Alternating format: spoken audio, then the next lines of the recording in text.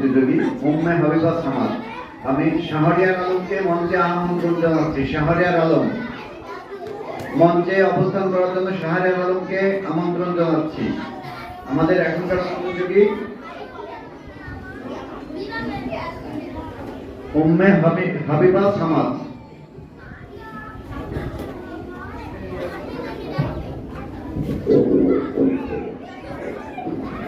গ্রামীণ জলদান কিংবা নাগরিক রূপকথা, মফস্বল কিংবা মেট্রোপলিটন, চুয়াডাঙ্গাবাসী নির্ভরযোগ্য আশ্রয়স্থল জেলা পুলিশ চুয়াডাঙ্গা কর্তৃক আয়োজিত আজকের অনুষ্ঠানে উপস্থিত সকলকে আমার প্রাণ ঢালা অভিনন্দন জানালাম।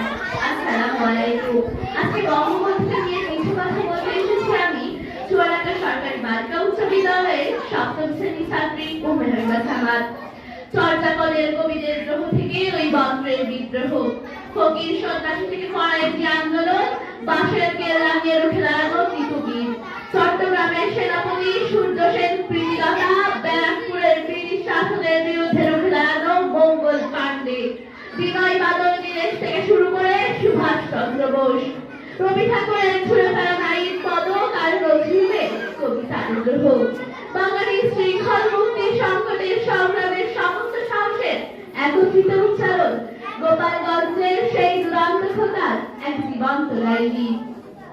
সমবেত সকলের মতো আমিও গোলাপ ফুল খুব ভালোবাসি।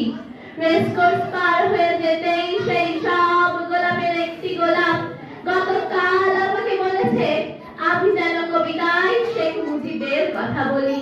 আমি তার কথা বলতে এসেছি। I will sacrifice my life if necessary to eliminate all the injustice and exploitation from our country. My greatest strength is love for my people, and my greatest weakness is that I love them too much.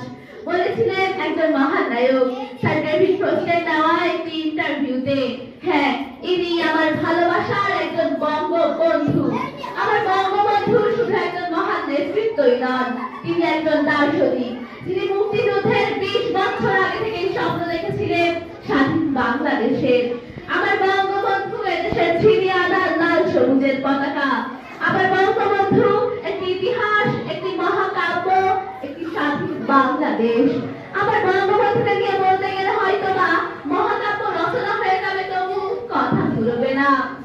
উদয়ের পথে সুলিকার বাণী, ভয় নাই এর ভয়, নিঃশ্বাসে প্রাণ যে করিলে দান, ক্ষয় নাই তার ক্ষয় নাই। একটি কবিতা লেখা হবে, তার জন্য কি ব্যাকুল প্রতীক্ষা মানুষের, কখন আসবে কবি, কখন আসবে কবি।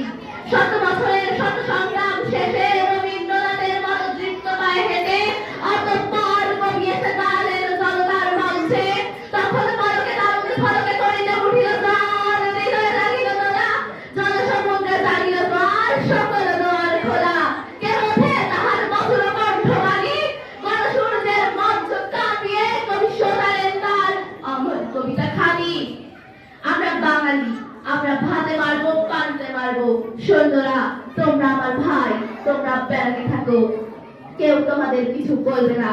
আমার বঙ্গবন্ধুকে নিয়ে ফিগার কষ্ট বলেছিলেন, I have not seen Himalayas, I have seen Sheikh Mujib. আমি এই বাংলায় তোমার সমান কোনো মানুষ দেখিনি আমি। তাই তো বিলেতে যখন একজন ভায়োলিন বাদক আমার কাছে আমার